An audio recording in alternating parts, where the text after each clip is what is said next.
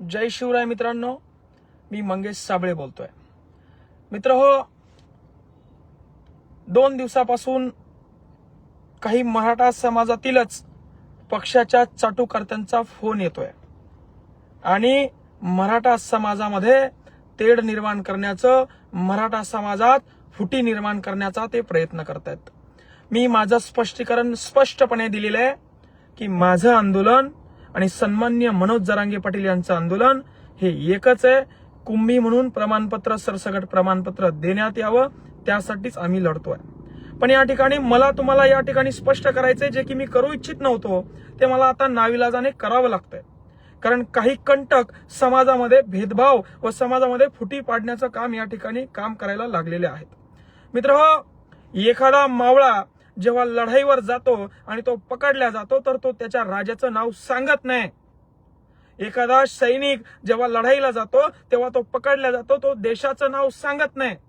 त्याचप्रमाणे आमची गत झाली, आम्ही काचा फोडल्या, पकडल्या गेलो, म्हणून सन्माननीय जरांगे पाटील यांच्या आंदोलनाला, शांततेच्या उपोषणाला कुठलंही गालबोट लागू नये म्हणून आम्ही त्यांचं नाव घेणं टाळलं। एवढंच नाही तर मराठ्यांच्या देवाच्या विरोधात आम्हाला त्या 2 दिवसापुरतं बोलावं लागलं। हा एक गनिमी कावा होता आणि हे आज मला स्पष्ट करावं लागतंय नाविलाजानं। आणि म्हणून सन्माननीय मनोज जरांगे पाटील यांची मागणी आणि आपली मागणी एकच आहे, पहिली गोष्ट। दुसरी गोष्ट, शांततेच्या मार्गाने आंदोलन सुरू आहे, त्याला गालबोट लागता कामा नये, हे 100% खरं आहे तुमचं। पण मित्र हो, सन्माननीय मनोज जरांगे पाटील उपोषणाला बसलेत, आज त्यांना 5 दिवस होत आहेत, त्यांच्या नरड्यामध्ये पाण्याचा घोट नाही। ते माणूस जिद्दी आहे, माघार घेणार नाही, तरुणांना आत्महत्या करू नये म्हणून ते सांगत आहे, पण समाजासाठी बलिदान द्यायला सुद्धा तो माणूस तयार आहे। शेकडो वर्षानंतर तयार झालेले तर नेतृत्व आहे, पुन्हा असं नेतृत्व आपल्याला भेटणार नाही, म्हणून त्यांच्या जीवाचं काही बरं वाईट होऊ नये म्हणून शासनाला अशा पद्धतीनं धडा शिकवणं सुद्धा गरजेचं आहे। आणि काय साध्य झालं अशा पद्धतीचा धडा शिकवून?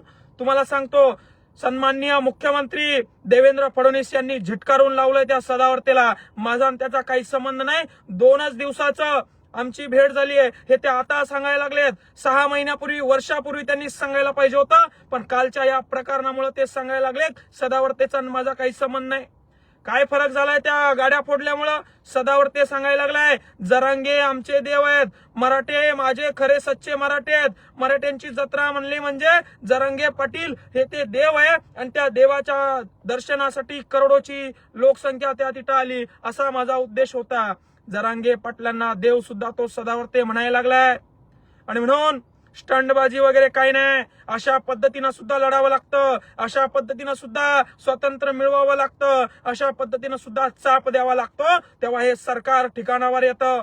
आणि म्हणून तिसरी गोष्ट, नारायण राणे ते कोण आहे ते बोलले की मराठा समाजाविषयी शिवीगाळ त्यांनी केली। त्यांना सांगतो, कालच्या बाईटमध्ये त्यांच्या विरुद्ध मी सन्मानाने बोललो होतो की सन्मान्य नितेश राणे, नारायण राणे यांचं चांगलं कर्तृत्व आहे, कारण त्यांनी मागे समाजासाठी चांगलं काम केलं होतं। पण आता जर का ते समाजाला शिवीगाळ करत असतील, ते हरामखोर, नालायक, लुबाड, लुच्चे तीनही, आणि तो टिंगू सुद्धा, तो म्हणतो मी मातोश्रीवर आम्ही त्या ठिकाणी होतो, नालायका तू आमदार आहेस, तुला कसं आमदार समाजाने केलं मला हे कळना। लहान पोरासारखं टाळूला लावली जीभ आणि बोलायला लागलाय रात्री मातोश्रीवर होते। खोटं बोलायला लाज वाटते का नाही तुला मूर्खा? आणि तू समाजाविषयी तुझा बाप, तुझा भाऊ आणि तू वक्तव्य करणं आधी बंद कर, नाहीतर त्या सदावर्ते सारखा तुला सुद्धा चाप मराठे समाज दिल्याशिवाय राहणार नाही, रस्त्यावर तुला फिरकू देणार नाही। लक्षात ठेव, तुम्ही समाजापेक्षा मोठे नाही, जास्त माजू नका। 1,07 कोटीचा समाज आहे, 1 कोटी समाज रस्त्यावर त्या ठिकाणी आला होता, त्यांची अवहेलना करायची हिंमत तुमची कशी होते? तुमच्याकडनं काम होऊ शकणार नसाल, तुम्ही देऊ शकणार नसाल तर थोबाड तुमचं बंद ठेवा, तुम्हाला कोणी विचारायला आलेलं नाही।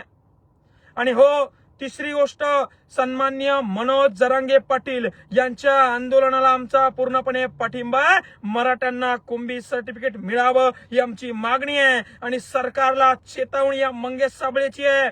जर का मनोज जरांगे पाटील यांच्या जीवाचं काही बरं वाईट झालं तर याद राखा, तुम्ही 30 दिवसाचा वेळ मागवला होता, तुम्हाला 40 दिवस वेळ दिलाय आणि सकाळी लाईव्ह येऊन पत्रकार परिषदेत तुम्ही सांगता अजून वेळ लागतो। झोपा काढत होते का तुम्ही? तुम्हाला किती वेळ पाहिजे? तुम्ही 24 तारीख त्या कमिटीला, शिंदे कमिटीला दिली आहे, म्हणजे 24 डिसेंबर पर्यंत वाट बघायचं. पुन्हा अजून महिनाभर मराठ्यांना झुलवत ठेवायचं. मग लोकसभेची आचारसंहिता लागणार, लोकसभेची निवडणुका लागणार, लोकसभा होऊन जाणार. ह्या झोप्या भोळ्या असेच तुम्ही राहू नका. कुठली निवडणूक होणार नाही जोपर्यंत मराठ्यांना टिकणारं कुंभी सर्टिफिकेट मिळत नाही. टिकणारं म्हणजेच मी काय वाईट बोललो? कोणतं आरक्षण टिकू शकतं तुम्हाला माहितीये का? 50% आत ओबीसी प्रवर्गात कुंभी प्रमाणपत्र हेच आरक्षण टिकू शकतं मित्र हो. आणि तुम्ही म्हणले टिकणारं कसं काय म्हणतोय? अरे भावांनो, सन्माननीय मनोज जरांगे पाटील यांच्या शांततेत चालू असलेल्या आंदोलनाला कुठलंही गालबोट लागता कामा नये. सन्माननीय जरांगे पाटील हे शांततेच्या मार्गानं, गांधी मार्गानं, संवैधानिक पद्धतीने आंदोलन उपोषण करत आहे. मी सरकारवर दबाव आणण्यासाठी किंवा माझे बांधव त्या आमदार खासदारांच्या गाड्या फोडतात हेही योग्य आहे. असं केल्याशिवाय ते वटणीवर येणार नाहीत. हजारो आपले बांधव यांनी मारलेत. सन्माननीय मनोज जरांगे पाटील यांना आपल्यातून जाऊ देणं आपल्यासाठी खूप महागाचं आहे. हजारो लाखो वर्षापूर्वी असे नेतृत्व उभं राहतात. छत्रपती शिवाजी महाराजांनंतर मनोज जरांगे पाटील यांचा फोटो घराघरामध्ये लागणार आहे. आरक्षण भेटल्यानंतर त्यांचा लढा मोडीत काढण्याची ताकद कोणामध्ये, दानत कोणामध्ये नाहीये. मी तर चिल्लर माणूस या ठिकाणी. मी माफी मागतो सन्माननीय मनोज जरांगे पाटील, ते आमचे देव आहेत. मी दिलगिरी व्यक्त करतो का मला त्यावेळी त्यांच्याविषयी बोलावं लागलं, पण मी एवढा नादान नाहीये. मी जर का राजधानीत जाऊन काचा फोडत असेल तर एवढा चिल्लर नाही की स्वार्थीपणासाठी माझ्या देवाला नाव ठेवेल. पण नाविलाजानं, मजबुरीनं पोलीस प्रशासन, सीबीआय, एसबीआय हे आंदोलन कसं मोडीत काढायचं याच्यावर लक्ष ठेवून होते. म्हणून मी त्यांना विरोधात बोलावं लागलं नव्हे तर मी बोललो. याचा कुणी गैरफायदा घेऊ नये. मराठ्यात फूट पडली आहे. मराठे 2 ठिकाणी झाले, जव्हाळगट, मवाळगट. असं काही होणार नाही. सन्माननीय मनोज जरांगे पाटील यांच्या मार्गदर्शनाखाली आंदोलन सुरू आहे. आणि पुन्हा चेतावणी आहे, जर का मनोज जरांगे पाटील यांच्या जीवाचं काही बरं वाईट झालं तर रस्त्यावर तुम्ही फिरकू नका, घराच्या बाहेर तुम्ही निघू नका. आणि हे सांगतो त्या सदावर्तेला आणि सगळ्यांना, तुम्हाला पेलणार नाही, झेपणार नाही. हेच आहे ते, पेलणार नाही, झेपणार नाही. बोलू नका समाजाच्या विरोधात. समाजाच्या भावना दुखावल्या. 4 आत्महत्या रोज करतायत समाजाचे तरुण. टाकीवरून कुदून आत्महत्या करतायत. नालायक हो, तुम्हाला कळना कसं झालंय? एक जीव या ठिकाणी मौल्यवान आहे. मनुष्य वधाचे गुन्हे या ठिकाणी तुमच्यावर दाखल करायला पाहिजे.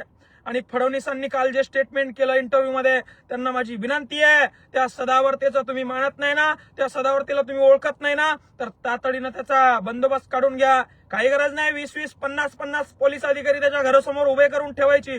तो टॉर्चर करतो, त्रास देतो त्यांना. आणि म्हणून देवेंद्र फडणवीस, सन्मान्य एकनाथ शिंदे यांना विनंती आहे, सोमवारी अधिवेशन बोलून तात्काळ मीटिंग मध्ये काहीतरी मार्ग काढून सन्माननीय मनोज जरांगे पाटील यांच्या जीवाला काही धोका होणार नाही. मराठ्यांना कुंभी म्हणून आरक्षण मिळेल. तातडीने निर्णय काढा, नाहीतर गावागावात फिरणं तुमचं बंद होईल. आता तर उपमुख्यमंत्र्यांचा ताफा अडवलाय, त्यांच्या सभा कॅन्सल केलाय. आणि हो, तो नितेश राणे, निलेश राणे यांनाही सांगतो की तुम्ही रस्त्यावर तुम्हाला फिरकू देणार नाही. तुम्ही शांततेत राहा, थोबाड तुमचं बंद ठेवा. आणि मराठा समाजामध्ये पक्षाचे चाटुकार ऍक्टिव्ह झालेले आहेत, जे की समाजामध्ये फूट पाडण्याचं काम करतायत. माझी भूमिका ही मला स्पष्ट करायची नव्हती. एक शिवरायांचा मावळा, जरांगे पाटील यांचा मावळा म्हणून तर गड आम्ही त्या ठिकाणी फते केलेला आहे. याचा अर्थ त्यांनी सांगितलेलं असं नाही, पण याही गोष्टी कराव्या लागतात मित्र हो. ही गोष्ट तुम्ही लक्षात घ्या. जय जिजाऊ, जय शिवराय.